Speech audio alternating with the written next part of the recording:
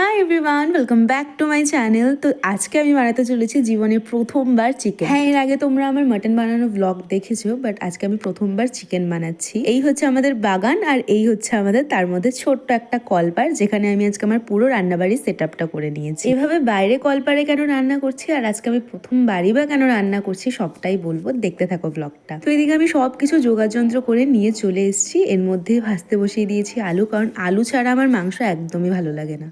প্রথমত আমাদের দাদু ঠাম্মার আমল থেকে চলে আসছে আমাদের বাড়িতে চিকেন হবে না, তার উপর মেয়েরা তো একদমই খেতে পারবে না, তবুও আমরা খাই, যেটা মানি না। তবে যেহেতু এ বাড়িতে গিরিধারী না থাকলেও গোপাল আছে, তো মাও এ বাড়িতে চিকেনটা তোলার পারমিশন দেয়নি। দাদা যখন চিকেন খেত, দাদার হুজুকে একটু হলেও রান্নাবাড়িটা হতো, যেহেতু দাদাও এখন খায় না সেই জন্য আর হয়। আর মাটন রান্না করার আমি সাহস পাই না, যে জিনিসটার এত দাম, যদি খারাপ হয়ে যায় তাহলে শেষ। কোনো কিছু এনে রান্না করে একা একা খাওয়াটা যেহেতু আমাদের বাড়ির কারো স্বভাবের মধ্যেই নেই, তবে গত 6-7 দিন যাবত যেহেতু দাদা কুম্ভ স্নানে গেছে, সেই জন্য বাবাকে আজকে বললাম যে তুমি একটু গিয়ে চিকেন নিয়ে আসো, আমি রান্না করে দেখবো যে রান্না করতে পারি কিনা। হাজারো কথা কাটাকাটি যুদ্ধ করার পর বাবাকে দিয়ে চিকেন আনালাম। এবারে কি রান্নাবাড়ি মোটামুটি কমপ্লিট, আর একটা কষা মাংস তো খেতেই হয়। আমি খাওয়ার সাহস পাচ্ছিলাম না যে কেমন হয়েছে না হয়েছে, তাই ছোট্ট একটা পিস নিয়ে দেখলাম, বাট ভালো হয়েছিল খেতে বেশ। এরপর আর কি রান্নাবাড়ি তো কমপ্লিট, আর তর সইতে পারছি না, চট জলদি গিয়ে স্নানটা করে এলাম। আর আজকে আমি আমার একটু টিপ নিয়ে কথা বলি, যেটা ছাড়া আমার দিন একদম অসম্পূর্ণ। আজকাল ইনস্টাগ্রামে দেখছি সবাই খুব ট্রোল করছে, মানে ওই কিছু কিছু মেয়েরা নাকি সব আউটফিটের সাথে টিপ পরে, যেমন কি আমি।